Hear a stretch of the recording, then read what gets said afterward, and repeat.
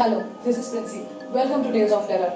ஒரு தப்பு செஞ்சு அதுக்கு நீங்க தண்டனை அனுபவிக்கிறீங்கன்னா அது நியாயமான ஒரு விஷயம். அதுவே நீங்க எந்த தப்பும் செய்யாம உங்க கூட இருக்கிறவங்க நீ கண்டிப்பா தப்பு செஞ்சிருப்பேன்னு குற்றச்சாட்டு வைக்கும் போது அது எவ்வளவு கஷ்டமா இருக்கும், அது எவ்வளவு வெறுப்பை கொண்டு வரும், அது சுத்தி இருக்கிறவங்க மேல இருக்கிற நம்பிக்கை எல்லாமே எந்த அளவுக்கு குறைச்சிடும் அப்படின்றது நமக்கு தெரியும். ஆனா 40 வருஷமா அவன் செய்யாத தப்புக்கு மார்க் டேஃப்ரீஸ்ட் அப்படிங்கிற ஒரு 20 வயசு பையன் அவன் வாழ்நாள் முழுசையுமே ஜெயிலே கழிச்சிருக்கான். சோ அந்த கதையை பத்தி தான் இந்த வீடியோல உங்களுக்கு சொல்ல போறேன்.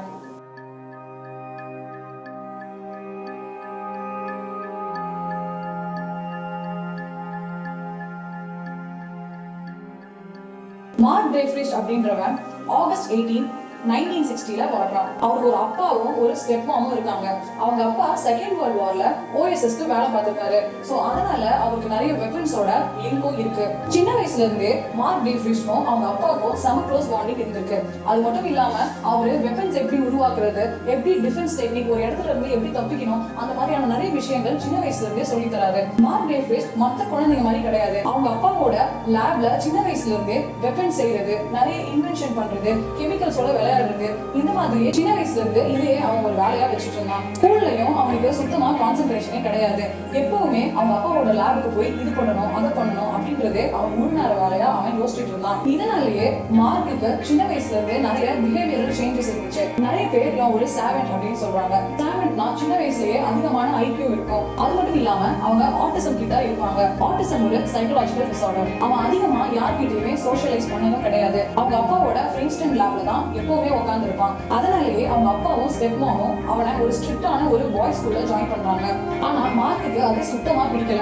அங்கிருந்து அவன் எஸ்கேப் ஆகுறான். ஸ்கூல்ல இருந்து டிராப் அவுட் ஆன மார்க் எப்பவுமே அவங்க அப்பாவோட லேப்ல ஏதாவது ஒரு விஷயங்கள் செஞ்சுட்டே இருப்பான். எந்த ஒரு மிஷின் செய்யுமே அசம்பிள் பண்றதோ இல்ல டிஸ்மேண்டில் பண்றதுமே இவனுக்கு கைவந்த கலை. அது மட்டும் இல்லாம நிறைய கெமிக்கல்ஸுக்கு புது புது ஃபார்முலா கண்டுபிடிக்கிறது இவனோட ஃபுல் டைம் ஒர்க்.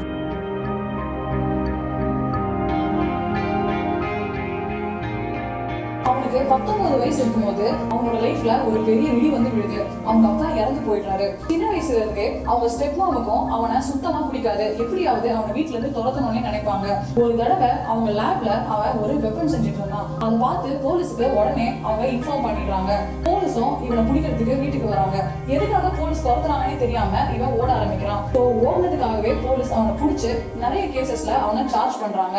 வெப்பனுக்காகவும் தெஃப்ட்காகவும் அவனை அரெஸ்ட் பண்ணி ஜெயில போடுறாங்க.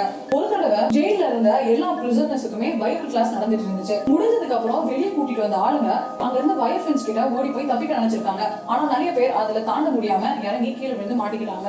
ஆனா மார்க் டேஃப்ரீஸ்ட் மட்டும் அங்க இருந்து எப்படியோ தப்பிச்சு வெளியே போயிட்டான். இது எல்லாமே அவங்க அப்பா சின்ன வயசுல அவனுக்கு சொல்லி கொடுத்த டிஃபென்ஸ் டெக்னிக்ஸ், எப்படி ஒரு இடத்துல இருந்து தப்பிக்கணும் அப்படின்ற டெக்னிக் அவனுக்கு தெரிஞ்சதால அங்க இருந்து அவன் தப்பிச்சு வெளியே இருந்த ஒரு காருக்கு அவனே லாக் போட்டு ஓபன் பண்ணி அங்க இருந்து கிளம்பி ஒரு நைட் மோட்டல்ல தங்கியிருக்கான். எப்படி வெளியே போனோன்னு தெரிஞ்ச மார்க்குக்கு எப்படி ஸ்டே பண்ணணும்னு தெரிஞ்சதே கிடையாது. அதனாலேயே நிறைய தடவை அவன் போலீஸ்ல மாட்டிட்டு இருந்திருக்கான்.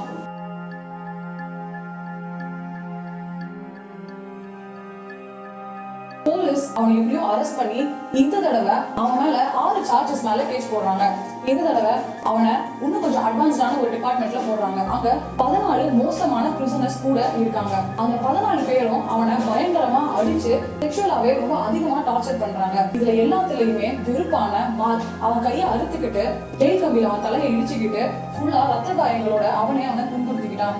இதை பார்த்த வார்டன் அவனை கூட்டிட்டு போய் அவனுக்கு உடனே ட்ரீட்மெண்ட் பண்ணி சைக்காட்ரிஸ்ட் டாக்டர் கிட்டயும் போய் விடுறாங்க. அந்த டைம்ல அவனை தனியா ஒரு ரூம்ல வைக்கும் போது அவன் பக்கத்துல இருக்கிற மெடிக்கல் டிபார்ட்மெண்ட் கவனிக்கிறான். அங்க இருந்த LSD அப்படிங்கிற ஒரு ஹெவி கெமிக்கலை அந்த மெடிக்கல் டிபார்ட்மெண்ட்ல இருந்த காஃபி பாட்ல அந்த மொத்த LSDயுமே கலந்துருவான். கலந்ததுக்கு அப்புறம் கொஞ்ச நேரத்திலேயே அந்த இடம் முழுக்க எல்லாருமே பைத்தியக்காரங்களா மாறிடுவாங்க.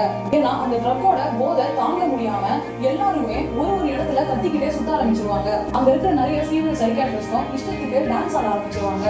இதெல்லாம் பார்த்த மார்க் அங்க இருந்து எப்படியோ தப்பிக்க ட்ரை பண்ணுவான். போலீஸ் திரும்பவும் அவனை அரெஸ்ட் பண்ணி இந்த தடவை ரொம்ப மோசமான ஒரு தண்டனையை கொடுக்குறாங்க.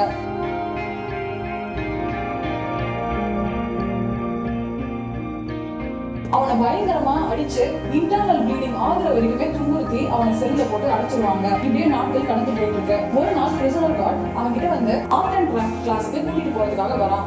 அப்போதான் மார்க்குக்கு ஒரு ஐடியா வந்துச்சு. அங்க இருக்கிற சில இன்ஸ்ட்ருமெண்ட்ஸ் வச்சு எப்படியாவது ஒரு ஜிப்கன், அதாவது போர்ட்ரேட் கன் ரெடி பண்ணலாம் அப்படின்ற ஒரு ஐடியால அந்த கிளாஸுக்கு போறான். அங்க இருந்த நிறைய காப்பர் வயர்ஸும் இன்னும் சில விஷயங்களை வச்சு ஒரு கன்னும் ரெடி பண்றான். அந்த கன்னை பண்றதுக்காக எல்லா ப்ராடக்ட்டையுமே எடுத்துக்கிட்டு அவனோட செல்லுக்கும் அவன் போயிடுறான். எப்படியோ அந்த கன்னை ரெடி பண்ணி அவன் கிட்ட இருந்த ஏதோ ஒரு டூலை வச்சு அவன் பல்ல அவனே புடுங்கி நான் டாக்டர் கிட்ட போனோம் அப்படின்னு சொல்லி ரொம்ப பிரச்சனை பண்ணிருக்கான்.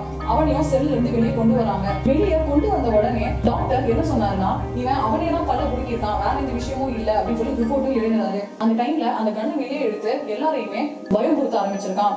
யாருமே அதை நம்பவும் இல்ல. அதனாலேயே அந்த கண்ணை வச்சு ஒரு டேபிளையும் சொல்றான். அந்த இடத்துல இருந்து எப்படியோ தப்பிச்சு திரும்பவும் ஒரு காரை எடுத்துக்கிட்டு அந்த இடத்துல இருந்து எஸ்கேப் ஆயிடுறான். ஆனா இந்த தடவையும் போலீஸ் அவனை அரெஸ்ட் பண்ணிடுறாங்க.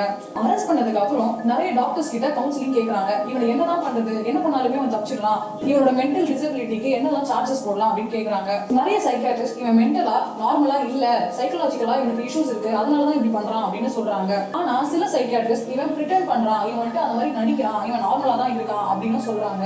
சோ அதனால இவனை 24 ஹவர்ஸுக்கு ட்ரையல் பீரியடுக்கு ஜெயில போட்டு வைக்கிறாங்க.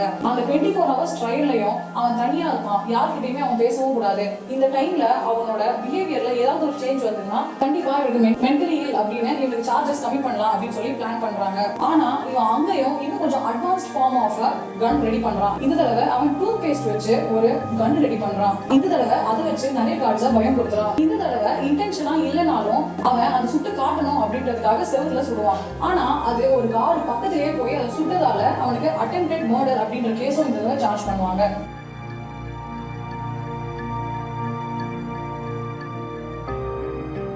இந்த தடவை போலீஸ் அவனை பயங்கரமா அடிச்சு ட்ரெஸ் எல்லாத்தையுமே கழட்டி ஒரு இருட்டு செல்ல போட்டுறாங்க. அந்த செல்ல தூங்குறதுக்கும் அங்க அவனுக்கு இடம் கிடையாது.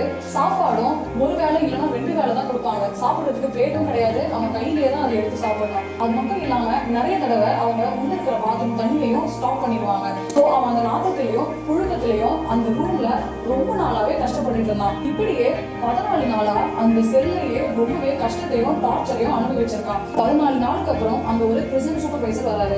அவனுக்கு ஒரு ஆஃபர் கொடுக்குறாரு. அது என்ன ஆஃபர்னு கூட தெரியாம அவன் அதுக்கு ஒத்துக்கிறான். அது என்ன ஆஃபர்னா, புளோரிடால இருக்கிற ஒரு ஸ்டேட் பிரிசனுக்கு அவனை டிரான்ஸ்ஃபர் பண்றாங்க. எப்படியாவது அவன் இப்போ இருக்கிற செல்ல இருந்து வெளியே போகணும் அப்படின்றது அவனோட ஒரே நோக்கம். ஆனா அதை விட இது மோசமா இருக்கும்னு தெரியாத மார்க் அதுக்கு ஒத்துக்கிறான். புளோரிடால இருக்கிற ஸ்டேட் பிரிசன் பொறுத்த வரைக்கும் அங்க எந்த ஒரு கிரிமினலோ இல்ல அக்யூஸ்டோ போகக்கூடாதுன்னு நினைப்பாங்க. அது அந்த அளவுக்கு கொடுமையான ஒரு ஜெயில். அது கவர்மெண்டால அவ்வளவா பாதுகாக்கப்படல. அங்க போன நிறைய பேர் அதை worst of the worst அப்படின்னு சொல்லியிருக்காங்க. கொடுமையை விட ரொம்பவே கொடுமை அங்க நடந்துட்டு இருக்கும். ஆனா மார்க் அங்க போனதுக்கு அப்புறம் அந்த செல்லோட ரூல்ஸும் தெரியல, டிசிப்ளினும் தெரியல. அதனாலேயே அவன் ரொம்ப குழப்பங்களோட அந்த ஸ்டேட் பிரிசனுக்கு போறான். அங்க போனதுக்கு அப்புறம் அவன் கூட இருக்கிற நிறைய பிரிசனர்ஸ் அவனை பயங்கரமா அடிச்சு துன்புறுத்துறாங்க. அங்க இருந்து வெளியே போகணும் அப்படின்ற ஒரே நோக்கத்தோட இருக்கிற மார்க் அங்கேயும் ஒரு கன்னை ரெடி பண்றான். அங்க இருக்கிற பிரிசன் கார்ட்ஸ் அதை பார்த்ததுக்கு அப்புறம் அவனை அடிச்சு ட்ரெஸ் எல்லாம் கழட்டி ஒரு டார்க் செல்ல போடுறாங்க. அங்க அவனுக்கு டூத் பேஸ்டோ சோஃபோ தூங்குறதுக்கு இடமோ எதுவுமே கிடையாது. அந்த செல்ல பண்ண மாதிரியே இந்த செல் இன்னும் கொஞ்சம் மோசமா அவனை அங்கேயும் வச்சு அடிச்சு டார்ச்சர் பண்ணி அவன் பாத்ரூம் போறதுக்கு தண்ணியே கொடுக்காம அதே புழுக்கத்துல பல வருஷத்துக்கு இருக்க வச்சிருக்காங்க. மொத்தமா அவனோட லைஃப்ல 13 தடவை எஸ்கேப் ஆக ட்ரை பண்ணிருக்கான். அதுல 7 தடவை சக்சஸ்ஃபுல்லும் ஆயிருக்கு. இவ்வளவு தடவை அவன் எஸ்கேப் ஆகியும் அவனோட லைஃப்ல யாரையுமே ஹர்ட் பண்ணதில்ல, யாரையுமே அவன் அடிச்சு துன்புறுத்தினதோ இல்ல கஷ்டப்படுத்தினதோ கிடையாது. ஒரு தடவை அவன் தப்பிக்கும் போது ஃபென்ஸ்ல இருந்து கீழே விழுந்து அவன் முட்டியும் உடஞ்சு போச்சு. அப்ப கூட கஷ்டப்பட்டு ஒரு காரை எடுத்து அவன் அங்க இருந்து கிளம்பியிருக்கான். ஆனா போலீஸ் கிட்ட மாட்டிக்கிட்டான். இன்னொரு தடவை அவன் செஞ்ச கண்ணை வச்சு ஒரு கார்காரனை மிரட்டி அவனோட காரையும் எடுத்துட்டு கிளம்பியிருக்கான். சோ அதுவுமே நிறைய சார்ஜஸ்ல ஏறிக்கிட்டே போச்சு. லேட்டஸ்ட் ஏரியஸ்ல அவனை பத்தி என்ன சொல்றாங்கன்னா, மார்க் சைக்கலாஜிக்கலா ரொம்பவே அஃபெக்ட் ஆன ஒரு ஆளு. சின்ன வயசுல இருந்து அவன் செய்யாத தப்புகளுக்கு ரொம்பவே கஷ்டத்தை அனுபவிச்சிருக்கான். எல்லாருமே அவன் லைஃபை பத்தி என்ன சொல்றாங்கன்னா, கோர்ட் சிஸ்டம் சரியில்லாததாலேயே தப்பே செய்யாத ஒரு மனுஷனை 40 வருஷமா பிரிசன்ல போட்டு மென்டல் டார்ச்சர் கொடுத்துருக்காங்க. இது எங்க ஆரம்பிச்சுன்னா, அவன் ஃபர்ஸ்ட் இயர் அவன் ஜெயில போடும் போது அவனை செக்ஷுவலா அபியூஸ் பண்றதா இருக்கட்டும், பயங்கரமா அடிச்சு நொறுக்கிறதா இருக்கட்டும், இருட்டறையில போட்டு அவனை ரொம்ப டார்ச்சர் பண்ணதா இருக்கட்டும், இது எல்லாமே அவனுக்கு பயங்கரமான மென்டல் ஸ்ட்ரெஸ்ஸையும் பிசிக்கல் ஸ்ட்ரெஸ்ஸையும் கொடுத்துதான் இருக்கு. 5th 2019ல 40 வருஷத்துக்கு அப்புறம் ஒரு வழியா மார்க்க ஜெயில இருந்து விடுவிக்கிறாங்க.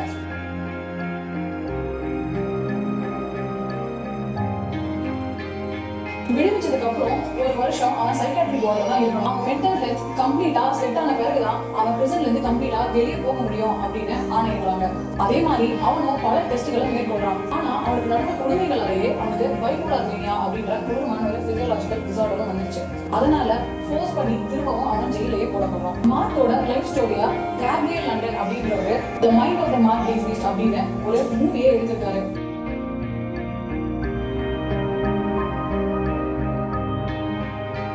இதோட இந்த கதையை முடியுது. இந்த வீடியோ உங்களுக்கு பிடிச்சிருந்தா கண்டிப்பா லைக் பண்ணுங்க. மறக்காம நம்ம சேனலுக்கு சப்ஸ்கிரைப் பண்ணுங்க. Until then, this is Princey signing off.